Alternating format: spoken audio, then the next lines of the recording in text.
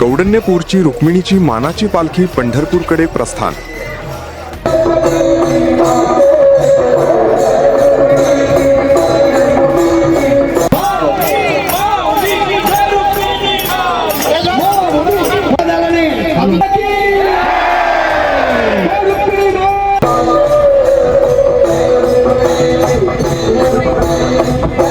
कौंडण्यपूर ते पंढरपूर 40 दिवसाच्या वारीला आजपासून सुरुवात। आषाढी एकादशी निमित्त विदर्भातील अमरावतीच्या कौंडण्यपूर येथील माता रुक्मिणीची पालखी आज पंढरपूरकडे प्रस्थान झाले आहे।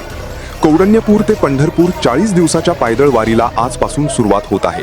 पंढरपुरात कौंडण्यपूर येथील रुक्मिणी मातेच्या माहेरची मानाची प्रथम पायदळ पालखी असून यावर्षी दिंडीचे 432वे वर्ष आहे।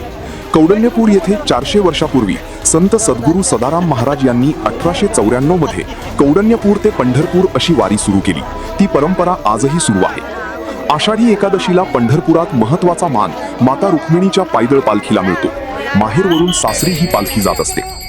श्री विठ्ठल रुक्मिणी मंदिर समितीच्या वतीने साडी चोडी व ओटी भरून मंदिर परिसरातून पालखीला मार्गस्थ करण्यात आली। त्यानंतर गावात ठिकठिकाणी गावकऱ्यांच्या वतीने जल्लोषात स्वागत व पूजन करण्यात आले। महिला भजन मंडळींनी फुगडीच्या तालावर एकच गजर केला। त्यानंतर माता रुक्मिणीच्या पालखीचे 5 पाऊली स्थळावर पालखी पोहोचताच अंबा रुक्मिणी महोत्सव समिती व रविराज देशमुख मित्र परिवार तसेच पंचक्रोशीतील सर्व भाविक भक्तांच्या वतीने फटाक्यांच्या आतिषबाजीत पालखीचे स्वागत करण्यात आले। कृष्णाचे सासर रुक्मिणी मातेचे माहेरघर तीर्थक्षेत्र कौंडण्यपूर येथून ही पालखी पंढरपूरला जात असते आणि हजार वर्षाची परंपरा आहे।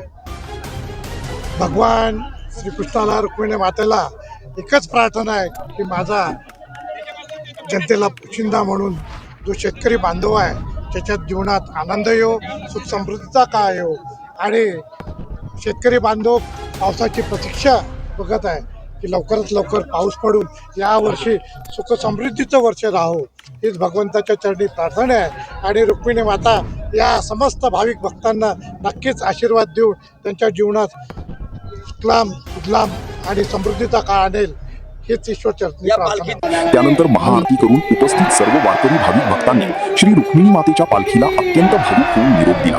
यावेळी माहेरवरून लेक सासरी जातानाचे हृदयस्पर्शी पालखीचा नयनरम्य सोहळा पाहायला मिळाला।